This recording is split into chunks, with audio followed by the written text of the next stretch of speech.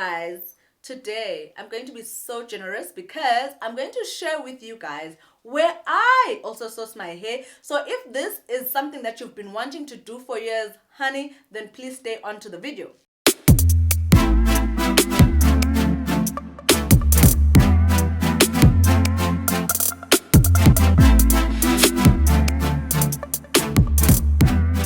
Hi guys, welcome to Mbali Talks. In today's episode, I want to share with you 5 steps and or tips that you can actually use for you to be able to start and run a successful hair business. As you guys know, here on YouTube, if you're new to our community, please hit the subscribe button below, and also please watch the video until the end so that you can give me a comment in the comment section and let me know which part of this video spoke to you the most. Without further ado, let's get right into it. So for those of you who may not know, I actually did start a hair business in 2018 called Crown Necessity. The first thing that you're probably asking yourself is, why should you actually sell hair? My answer is very simple. This is a multi-million-dollar business, guys. Did you know that the hair industry and the wig industry alone actually makes about $220 million annually, which basically translates to about 3.8 billion rands. That's a lot of money out there on the market to be made, guys. And if you are one of those people that actually would want to take an opportunity like that, then this business is definitely the business for you. This business works for people who either have money and or people who actually don't have money. And why do I say this? First of all, if you have a bit of money, my advice for you is to go all the way out, have a physical store, hire people that are actually going to install, wash, treat, color your hair so that customers know that they have a one-stop shop for your hair business. However, if like me, you're somebody who's starting without a bit of capital like I did in 2018, then my advice for you is to actually just start it online using platforms like Instagram, Facebook, TikTok even now, WhatsApp, and even have an online shop where people can actually buy your hair. The biggest thing about starting a hair business is actually deciding the kind of quality that you want and then being able to find the suppliers that can actually give you that kind of quality. Otherwise, whether it's a physical shop and or you're running it online, it's one of the easiest businesses for you to be able to run, and I'm here on this video to share a bit more on that. While we've answered the reason why you should actually sell hair, you're probably wondering what kind of a person can actually run a hair business. Well, it's very simple. Anyone can start and run a hair business, guys. All you need is for you to be determined, for you to be familiar with a bit of the socials like Instagram, Facebook, TikTok, and also for you to be somebody who's actually into things, as I like to put it. As you can tell, these are qualities that basically everyone has right now.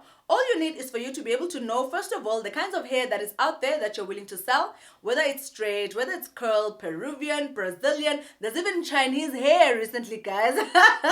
So all you need to do is to decide on the kind of hair that you want to sell. And if you feel like you're somebody who's not really into the whole techno and social thing, not a problem. Just find a couple of people that you think look good and or are always trying to look good and use them as your influencers. You can just give them free hair, obviously communicating with them and letting them know that you probably require like 1-minute videos and or pictures that are aligned with the hair so that you can use those on your own platform. You don't even need to have a huge media following. When I started the business, I probably still had about 5.7 followers, but it definitely picked up because people used to see the kind of hair that I used to have, and therefore they trusted me to know that obviously the hair that I'm selling to them is the same quality, and that is all you basically need. The next and biggest question that you'll need to answer for yourself before you can actually start a hair business is where you're actually going to find suppliers.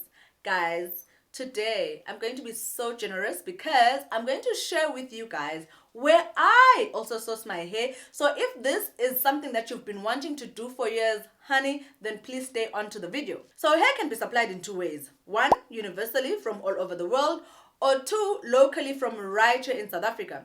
Universally, I definitely recommend a platform like Alibaba.com. I have actually also been able to source some of my hair from there, and I've only ever been disappointed once. And this I actually attribute to myself because I feel like by the time the hair arrived and then I went back to the supplier to check what the heck was going on, I realized that I myself had not properly vetted the supplier because he did not have any of the stamps and the requirements that I've actually advised other people online to check out for when they're trying to buy from suppliers on Alibaba. If you're wondering what I'm talking about, there's this amazing video here that I did about 2 years ago that is actually still relevant, that is going to help you to figure out how you can actually start and shop on Alibaba for your business. Once you watch the video, you're going to realize exactly what I meant about not vetting the supplier, because there are certain stars and or attributes that a supplier on Alibaba needs to have before you can actually trust them with your money. And quite honestly, like I said, I've bought so many times of Alibaba and I've only ever been disappointed once.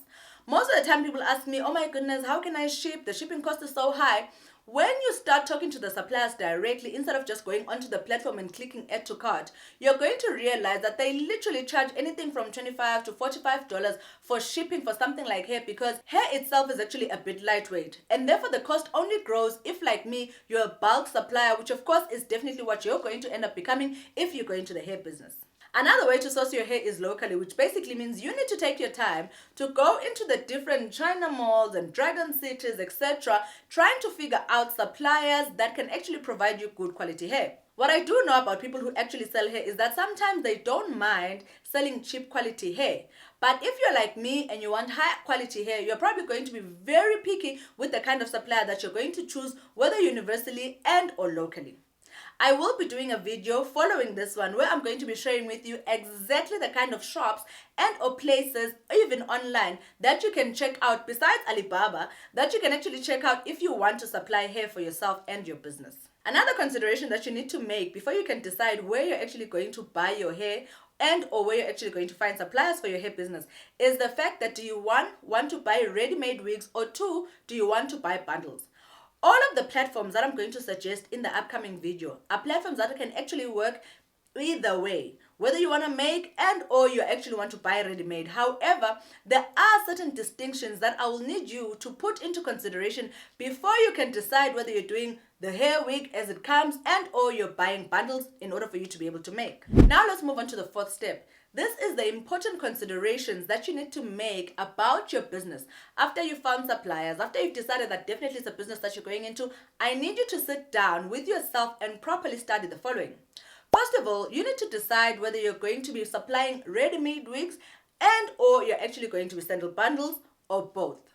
If you decide to go the already made wig line, good for you, because I feel like that's the best way that you can start as a startup, especially if you don't have a lot of experience in the hair industry. Your job then just basically becomes number 3, which is making sure that you find great suppliers for your wigs and then putting them online for you to be able to market them, and voila. But if you decide, you know what, I actually do have a bit of experience in the hair business and or I do want to save a bit of money, then buying bundles, turning them into wigs, selling them is definitely the way to go for you. However, like I said, if you decide to be someone who buys bundles, you need to make sure that you are well vetted when it comes to the hair quality that you want to sell. You need to know what kind of hair you want to sell, if the quality is actually good, and also the kind of volumes that you want to go into a wig. Whether you want to do 2 bundles and a closure, or you want to do 3 bundles and a closure, you will need to also know the kind of hair densities, 150%, 180%, all the way to 300%. So this way of buying bundles and actually making the wigs to yourself is something that I'd advise for someone who feels like, you know what, I really want to learn and buckle down in this business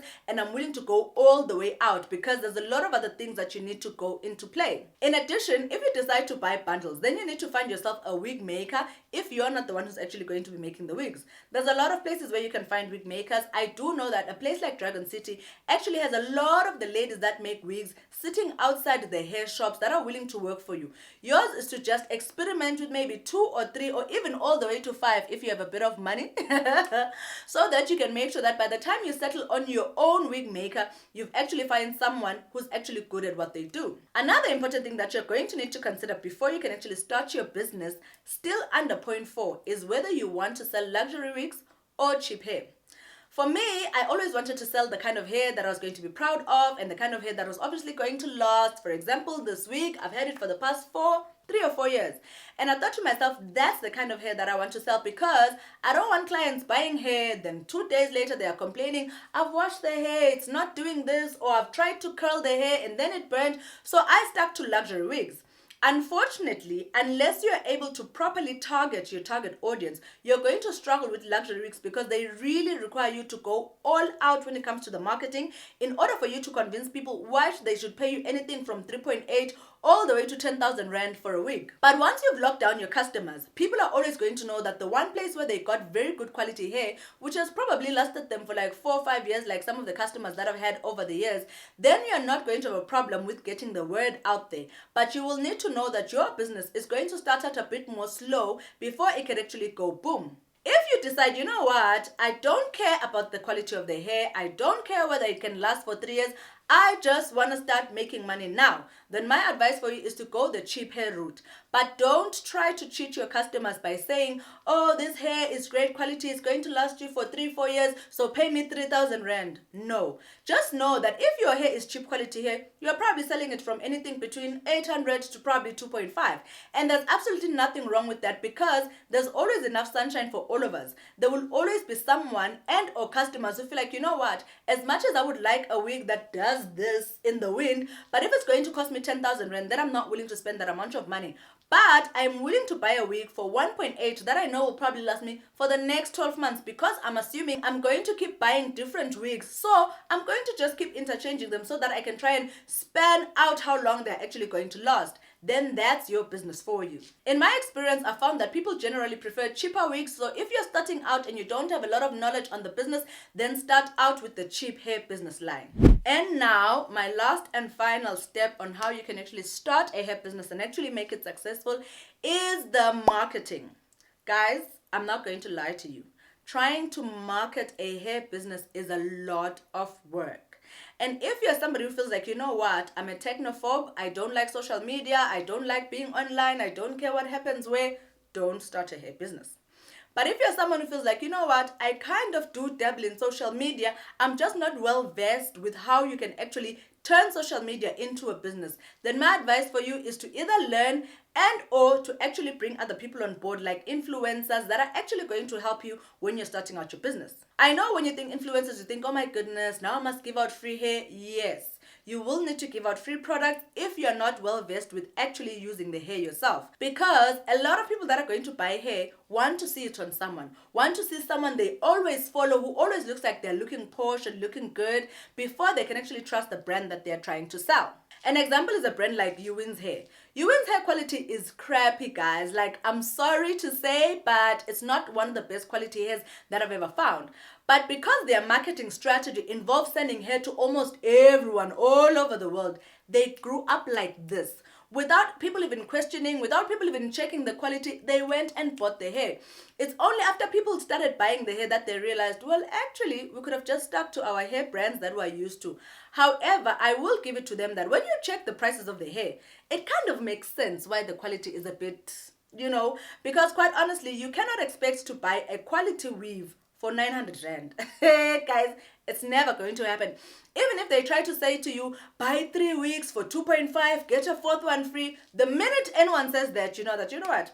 The quality of this hair is not the best. So obviously you need to brace yourself for things like that. But if you feel like, you know what, I've been on social media, I enjoy doing reels, I enjoy doing TikToks, honey, then the hair business is definitely for you. If you like makeup, you like looking good, you like turning up your look a bit, then I definitely advise you to go into the hair business. Like I mentioned earlier, I am going to be doing a series of videos on this industry because it's an industry that I also have a lot of experience with. I thought to myself, it makes sense for me to not sit with the knowledge that I have, but rather to come back on a platform like this to share it with anyone who might be wanting to start a side hustle. You guys know I'm always reaching for you. I always want us to grow, and also I always want to see people making a bit of money because I have also learned in my own life that the more money you have, the more access you have, and therefore the more you're able to make yourself happy with basically anything in the world. With all that said, I've actually come to the end of this video. If you found this video valuable, please do hit the like button so that this video can keep showing up in the faces of those who could actually use this kind of information. Not only that, please remember to share this video on your Instagram, your Facebook, your Twitters, your TikTok, everywhere where you feel like other people could actually use this information. With that said, I've come to the end of the video. I'm going to see you in the next series of the hair industry business. Cheers.